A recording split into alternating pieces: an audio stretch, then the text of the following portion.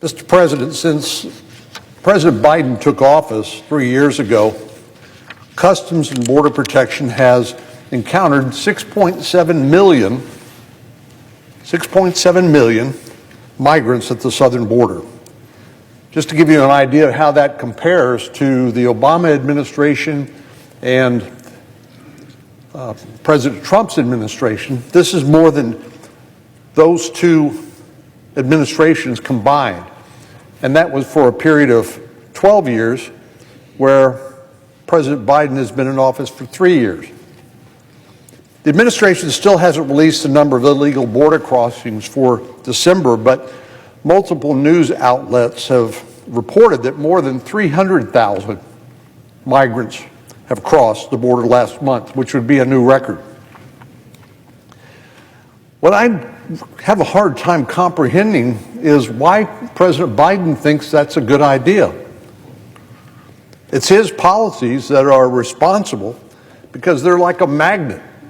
They attract people from literally around the world who show up at our border and either claim asylum only to be put on a docket maybe and wait 10 years before they get heard by an immigration judge. In the meantime, they get released into the interior, or they're simply released into the interior of the country using something called parole. Now, I think that's a little confusing, because most of the time we think about parole in the context of criminal law. If somebody is tried, convicted, goes to prison, they can then be paroled out of prison. But this simply means that in the immigration context, people come to the border and they're just released. Just released. In other words, there's no consequences associated with people entering the country illegally. And so it should be no surprise to any of us that people still come. And that's why we're seeing higher and higher levels of people coming to the border under President Biden's policies. The problem isn't just that more migrants than ever are crossing into the United States. It's also that more migrants than ever are being released into the United States.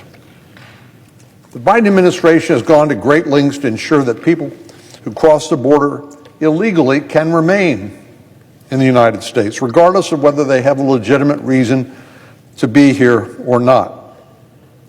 To do that, the president and his administration have abused an authority known as parole to facilitate catch and release at an unprecedented rate. Parole in the immigration context was designed to grant temporary entry to foreign nationals in a rare and dire circumstance, such as someone donating a kidney or being a witness in a trial. It was never meant to be categorical or a large-scale immigration authority. It was meant to be used on a case-by-case basis. The Biden administration has completely abused the parole authority, and it's not just at the southern border. The president's administration has stood up a program that allows individuals from Cuba, Haiti, Nicaragua, and Venezuela to enter or remain in the United States, all under the guise of parole. In other words, these are not individual case-by-case determinations. This is categorical. In other words, you come from a country, we're going to release you into the United States to the number of 30,000 a month. That's 360,000 a year. When the administration does so for these 4 countries, it provides a 2-year legal status and a work authorization. And so, again, it's no surprise people continue to come. This is also big business for criminal organizations that smuggle people into the United States. And it is as a result of overwhelming the capacity of the Border Patrol and federal officials on the border that the opportunity to smuggle drugs into the United States becomes so relatively easy, thus again enriching the cartels that deal in the poison that took the lives of 108,000 Americans last year alone. The administration is using, or I should say abusing, parole authority to try to legalize illegal immigration. And they do that so they can cook the books. So they don't have to include these numbers in a total tally of illegal border crossings each month. In other words, that's not even on the list of the 300,000 because they're exempted from that because they are released using or abusing this other authority. This policy allows the administration to roll out the welcome mat for tens of thousands of migrants while making it seem like the numbers have gone down. It's really a shell game. Thanks to the leadership of my friend Senator Graham from South Carolina, the American people now have a much better idea about the degree to which parole is being abused by the Biden administration, both at the southern border and beyond. To provide some comparison, during the two previous administrations, that was 12 years, an average of 5,600 migrants were paroled into the country each year. 5,600 each year. When President Biden took office, that number skyrocketed. For fiscal year 2022 alone, the Biden administration paroled almost 800,000 migrants. In other words, an average of 5,600 became 800,000 under President Biden. We still don't have full data for fiscal year 2023, but it's already clear that the administration has passed the previous year's total. The Biden administration has paroled more than 802,000 migrants into the United States in only 9 months. In other words, it's going to set a new record. In total, the administration granted parole to nearly 1.6 million migrants in only 21 months. Is it any wonder that people continue to come to the border outside the legal process if they know they're going to be released, while the human smugglers continue to get richer and richer and the drug cartels continue to get richer each day? Well, these numbers are hard to get your head around because they're so large as to be incomprehensible. But 1.6 million migrants released into the country in 21 months? When this many migrants are being released into the country, it creates serious challenges. Migrants arrive at our border with no money and no place to go. They need to be fed, they need clothing, they need a safe place to sleep, they need medical care. And none of these things are cheap or easy to provide. But they're a feature of illegal immigration. For more than 3 years, communities along Texas's southern border have carried the weight of the president's border crisis. Local governments and non-governmental organizations provide migrants with basic needs like shelter, food, and clothing. They deliver life-saving medical care. They provide transportation. In short, they prevent this humanitarian crisis from becoming a humanitarian catastrophe. It's expensive, it's burdensome, it's extremely time-consuming, and these men and women don't receive nearly enough recognition or gratitude for the work they do each day. The border crisis continues to have a major impact on border communities in my state, but the scale of the crisis means the burden is now shared by communities across the country.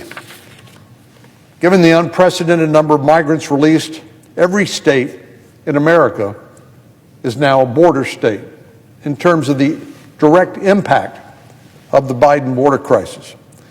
As crisis has grown and expanded, it's prompted an interesting shift in rhetoric among leaders in blue states and cities. Liberal enclaves like New York and Chicago are longtime supporters of open border policies. They proudly identify themselves as sanctuary cities and have criticized common sense measures to enforce our immigration laws. Until President Biden took office, these and other liberal cities across America could say what they wanted because they didn't have to bear any of the burden. With the U.S.-Mexico border 1,000 miles or more away, migration levels didn't impact their daily lives. Residents did not see hundreds of migrants sleeping on city sidewalks. Their children's schools weren't used as emergency shelters. Their local ambulances weren't delayed because of a high influx of migrants who needed medical care. So it's easy to weigh in on an issue that has absolutely zero impact on your daily life. But as more and more migrants have poured into blue states and blue cities in the past few years, the story has changed. One example is Phil Murphy, the Democratic governor of New Jersey. He campaigned on the promise of making the state a safe place for illegal immigrants and once vowed to turn New Jersey into a sanctuary state. When it became clear that more states needed to help carry the weight of this national crisis, he quickly changed his tune. When given the opportunity to take care of migrants with nowhere to go, Governor Murphy said the state didn't have any room for these migrants. We've seen a similar shift. You might even call it a flip-flop. From leaders in Chicago, which has been a self-proclaimed sanctuary city for decades. The city's mayor, Brandon Johnson, was just sworn in last May and ran on the promise of embracing migrants who arrive in the city. Last spring, he said, sanctuary means that everyone is welcome here. Everyone, whether you come legally or illegally. When you make that kind of declaration, it's tough to be mad when people take you up on it and show up. But that's exactly what he's done. As migrants have arrived in Chicago via bus and plane, he's lashed out at Texas Governor Greg Abbott for providing migrants with the transportation to actually take him up on his offer. At one point, he even accused the Texas governor of attacking Chicago and other cities that receive migrants. Pretty unhinged, if you ask me. This would be like sending an invitation out to a party that says everybody's welcome, and then berating the person who actually shows up with a carload of people. Don't say, I think there's a lesson there, Mr. President, don't say everybody's welcome unless you mean it. President Biden's border crisis has grown to such a magnitude that even sanctuary cities and states are turning off or flipping over the welcome sign. The crisis just keeps growing and growing, and the pressure on President Biden is mounting. And oh, by the way, he's going to be a candidate for re-election in November 2024. That may have something to do with his newfound attention and concern about the problem. He didn't care about the border crisis when it was just hurting Texas or the communities along the border. He didn't flinch when frontline law enforcement pleaded for more support. He didn't bat an eye when we broke the record for the most border crossings in a single day, month, and year. But now the Democratic voters he's going to need to get reelected in places like New York and Chicago are sounding the alarm over the border crisis. So it looks like President Biden is finally starting to pay attention. When asked by a reporter last week if the border was secure, President Biden said, "No, it's not." It's welcome candor. But given the magnitude of the crisis, it's sad that that statement actually was newsworthy because it marked a much-needed change from the president that we have a problem to recognize we now have a problem on our hand. The fact is, and we all know the answer, that the status quo is unsustainable. We've reached a breaking point, And the only way to restore some sense or order is by addressing the current failed policies of the Biden administration, particularly this abuse of parole, which is just simply releasing people, giving them a work permit, even those who aren't claiming a credible fear of persecution or grounds for asylum. Now, we all know several of our colleagues are trying to negotiate an agreement on legislation that would create meaningful policy changes to address the crisis. And I appreciate their efforts, I sincerely do. But so far, all we have seen are statements about what's being negotiated. None of us have seen the text of the actual negotiated product. And I, for one, am anxious to see that so we can have a real discussion and maybe a debate and hopefully make some significant progress on what has come to be known as the Biden border crisis. Mr. President, I yield the floor.